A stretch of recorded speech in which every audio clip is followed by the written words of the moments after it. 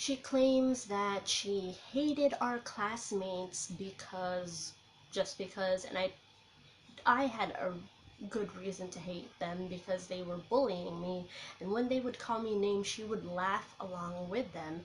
And when I told her about this about a year later, she's like, I don't remember doing that, which is very convenient that you don't have to live through the bad memories that you created.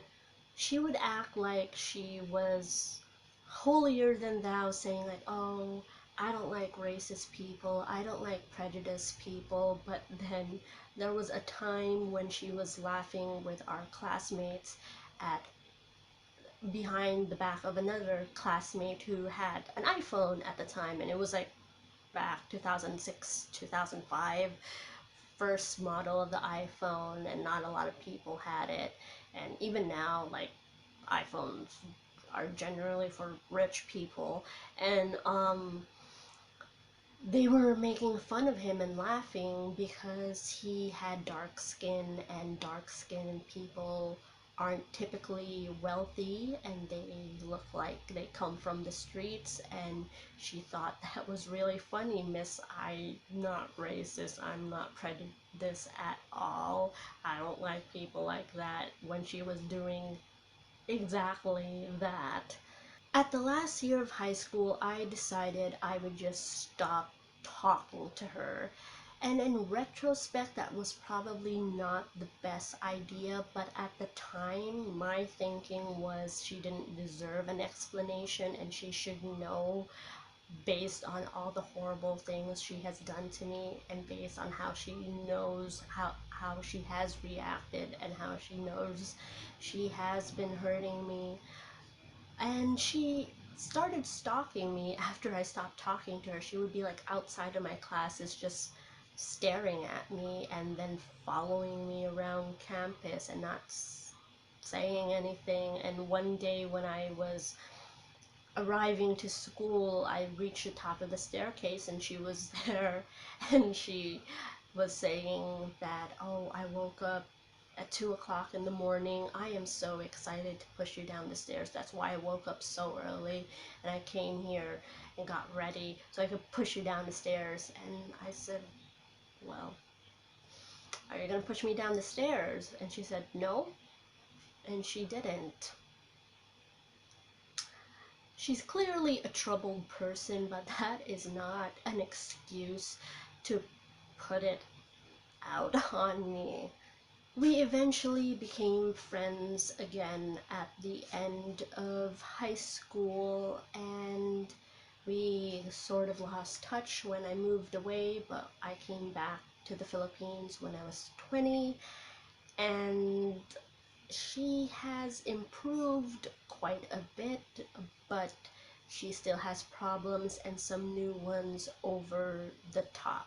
She would only come to my home to play PlayStation 3, and one time when I was talking and like talking about the game with her, while she was playing, she was like, shut up, I can't concentrate, I need to play this game. And when I lied and said my PlayStation 3 was broken, she suddenly wasn't interested in coming over anymore. There was a time when she was fighting with her mom and she wanted to live with me specifically instead of her other friends, and I kept telling her no, but she kept insisting anyway.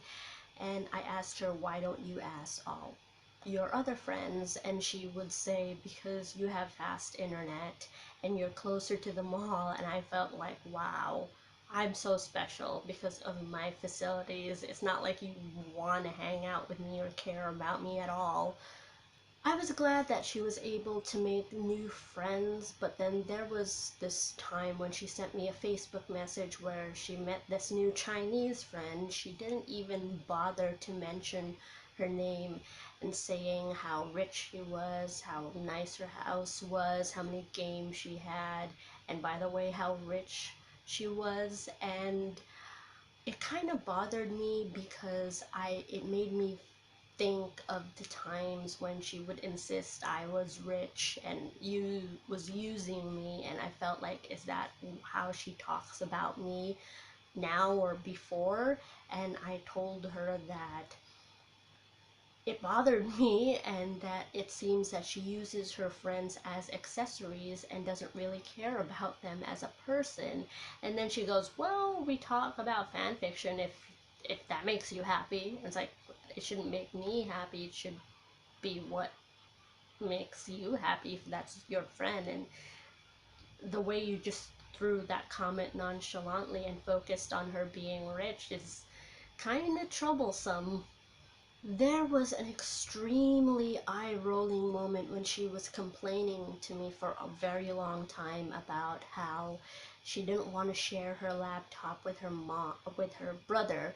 Her mother had bought her supposedly a laptop, and she didn't like having to share it with her brother because even though her mom paid for it, it was hers and hers only.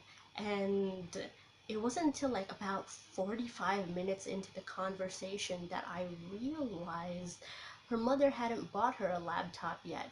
Her mother was going to buy her a laptop, and she was complaining about something that doesn't exist, complaining about sharing. And I couldn't believe that this was coming from a woman in her 20s. So, as some of you may or may not know, I have anxiety and I have suffered with depression in the past. I still have really bad anxiety. My depression is much better, and soon after I was diagnosed, my friend Faye was diagnosed too, and she would vent at me, and I try to be understanding because a lot of the feelings are quite similar, but then a lot of the times I didn't know what she wanted from me. It definitely wasn't a solution because she would complain about the same exact things. My mom doesn't want me to go to med school. My mom won't pay me to go to Japan. My mom doesn't give me money for things that I want. And she would rinse and repeat this. And she is a grown ass woman, and she still expected her mom to pay for everything instead of getting a job, which was really frustrating to have to like tell her to grow up over and over and over again. I have since told her that all this has been too much for me. I haven't really like gone back to like all the high school time, but I've just been saying like all the recent stuff of her pettiness has been too much for me, and I can't take it. And it has been quieter between us since then. I wish I had stood up for myself when I was younger, but I'm happy that I backed out when I did, and she was very much like a weed, prevented me from growing, and you need to cut people out that are like her.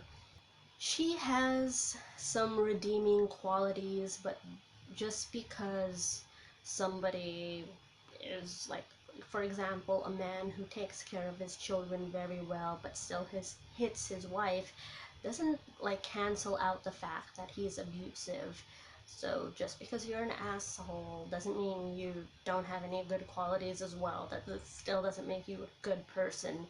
I have expressed a lot of this before, and a lot of people tell me to be sympathetic towards her, but I have my own baggage to deal with, and I never agreed to be her punching bag. And when people are toxic friends or toxic whatevers, you can't have them in your life if you value your sanity.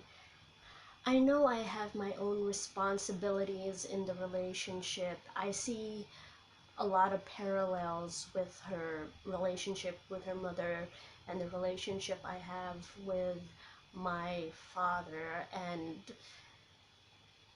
I feel like if I didn't behave like such a doormat, I wouldn't have been treated like one. But what is done, and I'm glad I have expanded, and I'm glad I have grown.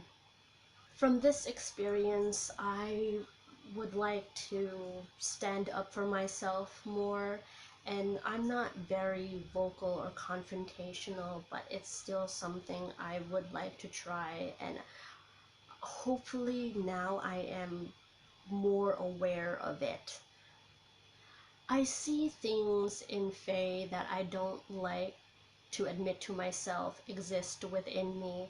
Like, I can act a bit childish and expect people to just give me things for no good reason, and I can, like, not put the effort in to get what I want, and I have used manipulation to get what I want, but I am human, and this has actually been an eye-opener for me. I feel like even though I am talking about another person, it does show a lot about me, as much as it is talking about another person, if that makes any sense.